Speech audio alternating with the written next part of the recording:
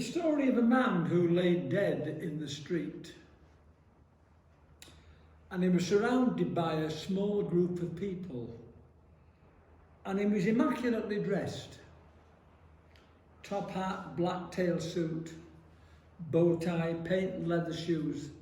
And a policeman arrived on the scene and asked the crowd, how did he get here?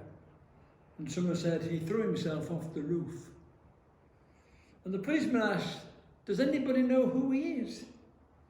And a man said, I know him.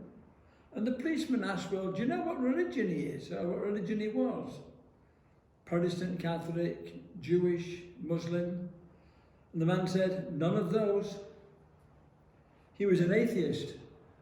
And the policeman said, that's very sad. He said, he's all dressed up and nowhere to go.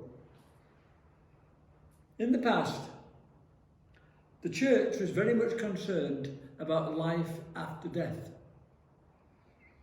And to some extent, it was also concerned about life before death and how we live our lives.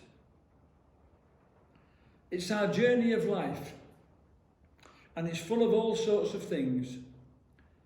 The good days, the bad days, the sad times, the happy times, the disappointments, the joys, the triumphs, full of all sorts of things. And on that journey of life, sometimes it's very hard to get balance in our lives. Although for some, if not all, it's a difficult thing to find and maintain. It's not great feeling too low about life or about ourselves, and it's not great either being up here somewhere, too high. Many of you of my age group will remember the advert, a Mars a day helps you work, rest and play. And that's very important for balance. Balance in our work, in our rest and in our play. In the first reading of the Gospel this weekend, or the readings this weekend, it's about Job. Now, Job is not the sort of person you want to be around for a long, long time because he was a very depressing sort of human being. He was a doom and gloom man, the glass half empty. But maybe we can identify with him because we too have our off days. And when that happens, it's not easy to be optimistic about life. Not easy to be positive about life. And with this present lockdown, the way it's going, people find it very difficult sometimes to be positive and optimistic about life. But the good news is that it is possible for all of us to be positive and optimistic about life. But for that to happen, we need balance in our lives. We need to be around people. We need time for our own space. We need time to pray and a time to play. We need to be around good people.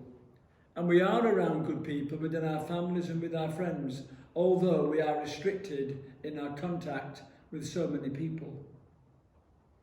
But there are things that we can do to maintain the balance. We can call somebody, FaceTime somebody, text somebody.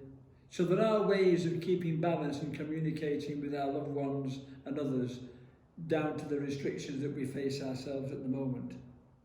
Jesus needed all of those things in his life. He needed to be around people, time for his own space, time to pray, time to play if you like, and also be around people who were like-minded as himself. He needed those things to find balance and rhythm in his life. We too need that balance. And it's worth trying to find it, because once we find it, not that it's going to be there forever and ever, because life's not like that, but once we do find it, and we find a bit of peace, then we will find that we will have a better quality of life, and that can make a real difference to how we feel, particularly during this difficult time. They say that romance is not dead. A girl came to see me recently and she was very upset. I said, what's the matter? She said, it's my fiancé. I said, well, What's the problem? She said, I told him I wanted to walk down the aisle. So he sent me to Asda for a crate of beer. Have a lovely weekend. Look forward to seeing you soon. God bless you all. Father Mike.